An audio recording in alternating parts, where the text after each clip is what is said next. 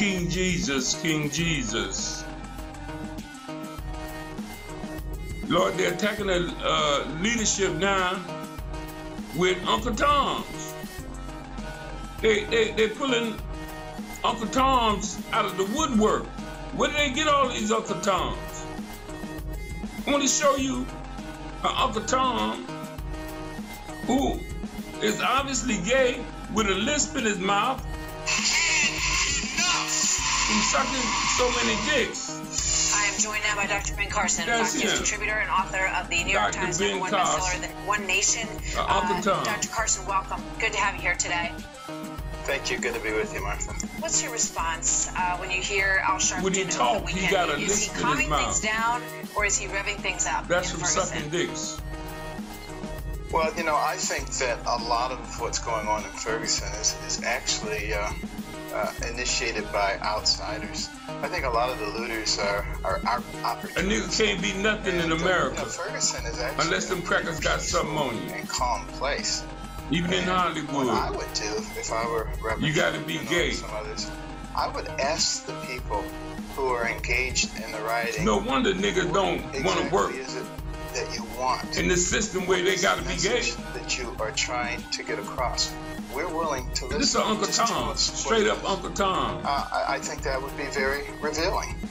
And yeah, we want that bitch arrested. We want his ass on trial. We want him to get convicted. And we want him to go to fucking jail or get the death penalty. About what's going on in Detroit and Chicago and New Orleans. Now he want to worry about Detroit.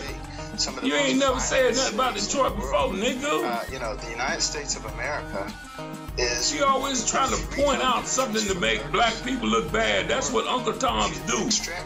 They get their script from these Jews. The Jew telling them what to say. There's a lot of stuff going on right here. We need to be looking at these things and asking ourselves, type of nigga, how do we deal with type of Uncle Tom nigga they got in a suit.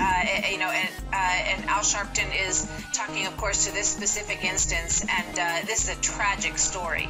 His wife probably don't even know he a faggot. A bit of sound from Michael Brown's mother this morning, and any one of us, any parent in this country can relate to just how she must be feeling.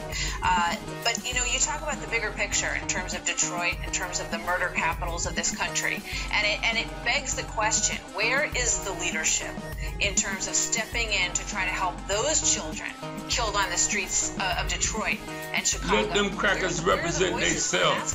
Why they gotta put a nigga to represent them? I would like to ask that question too. I had an opportunity to speak with Reverend Sharpton a couple of months ago at the White House Correspondents' Dinner, and said, you know, we want you ain't gonna be in no White House, nigga. Ain't no nigga gonna vote for you. To achieving them.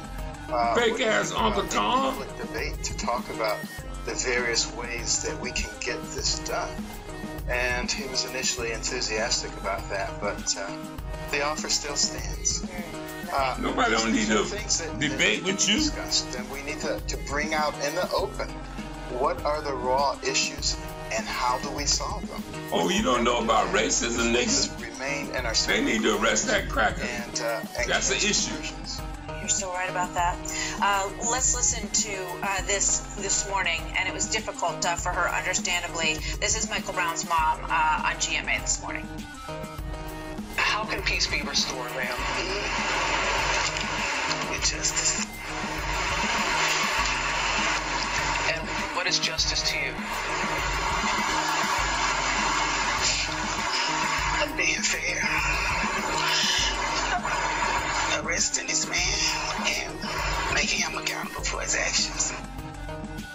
She believes that the officer needs to be arrested, and I can understand why she feels that way. Do you agree? Well, you know, I think I couldn't hear it broke up, but you a fucking liar. You a liar? You fucking lying Uncle Tom, nigga. Out in front of the national media.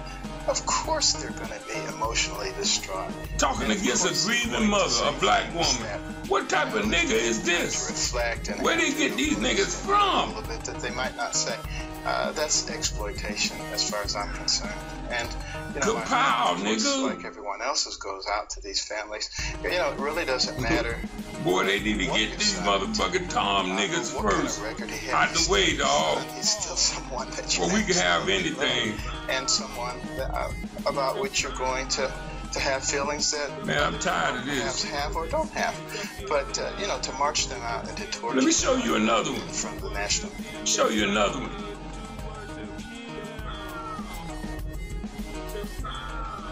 Now this nigga right here. This nigga supposed to be the captain in the highway patrol in Missouri. He's supposed to be over these crackers in Ferguson. But these crackers overseeing his ass, ready to arrest him if he say something wrong.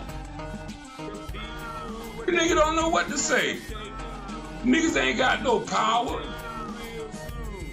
They gotta have something on your ass to work for them, number one, or you got to be gay, like in Hollywood, or in the music industry, you got to be gay in order to be so-called successful in America for a black man.